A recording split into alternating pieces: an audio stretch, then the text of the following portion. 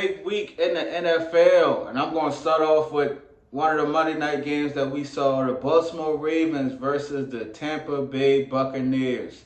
Baltimore wins that game 41 to 31, and Lamar Jackson right now is the MVP of the league. Right now, Lamar Jackson is the MVP of the league, and unless something catastrophic happens, Lamar Jackson gonna win another MVP. This dude was 17 of 22 for 281 passing yards, 5 touchdowns, no interceptions. And he also added 52 rushing yards on 9 carries. That's crazy, bro. Lamar Jackson is playing out of his mind, bro. Lamar Jackson is playing excellent football, bro. Like that dude crazy. And then you got King Henry in the backfield with 15 carries and 169 yards. So aesthetically, when I'm watching the Ravens, they look like the best team in football. They look like the best team in football, bro. The Detroit Lions up there, and if the Ravens played the Chiefs tomorrow, I would pick the Chiefs just off the strength of history. But if I'm just looking at football and looking at the team, the Baltimore Ravens look like the best team in the NFL, bro. It's like their defense not as strong as we used to seeing, but the offense is lights out. And Lamar Jackson, when he play like this, it's like, how do you beat that team? How do you beat that team? And so the Ravens played lights out, man. I'm just tripping off how good Lamar Jackson looked throwing the ball, running the offense, and then you got King Henry in the backfield, who by the time you get into the third quarter and fourth quarter, he punishing. He break off another 80-yard run. This man 245, 250 pounds.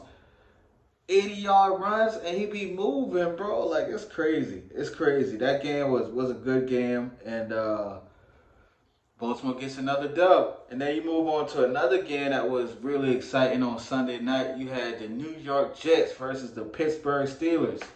And Davante Adams is now a New York Jet. So the New York Jets were feeling, really good about themselves. Aaron Rodgers, super happy he now got his favorite receiver, his favorite target, Davante Adams, on the Jets. All smiles and FaceTimes and all that good stuff. Just to come to the game, and Davante had 3 catches for 30 yards. Very mundane. And you can't tell me they're getting used to each other, because the whole gist of them getting together is they know each other so well. Aaron Rodgers, 24-39 for 276 yards, a touchdown, and 2 interceptions. Turning the ball over again. Breece Hall actually had a crazy game going, but they got away from him. They got away from him, and they lost that game. And on the other side, you got Russell Wilson now starting for the Steelers. The Steelers were 4-2.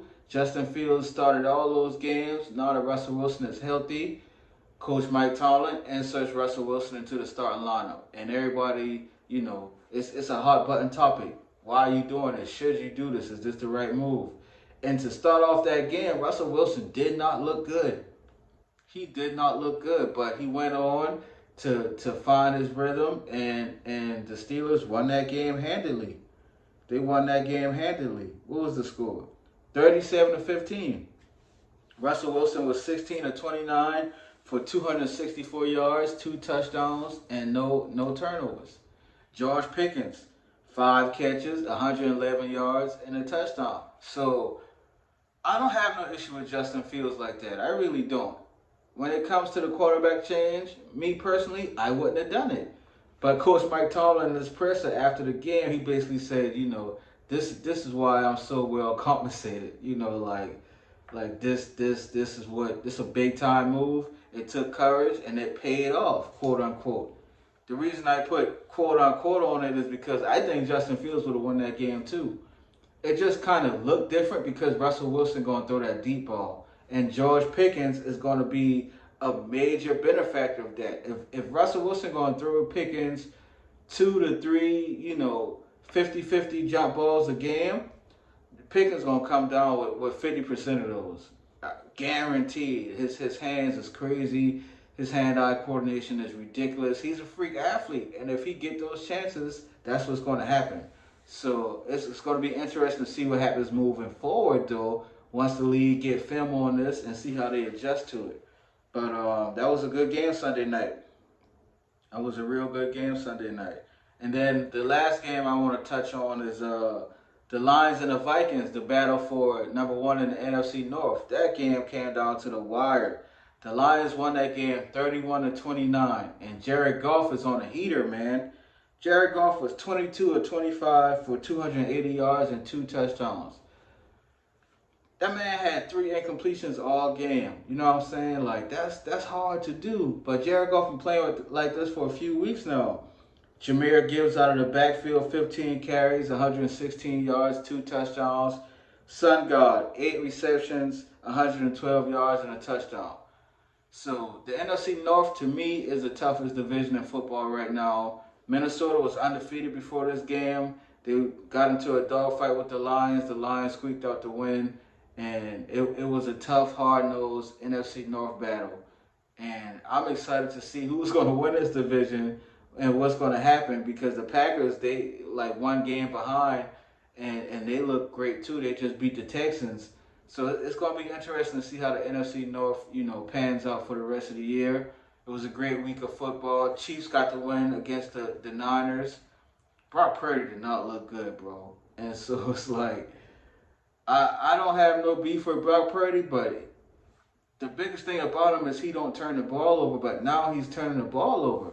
So the Niners are just, I don't know. Somebody said that their window, Damian Woody said that he thinks their window is officially closed. And to be honest, it's kind of looking like that.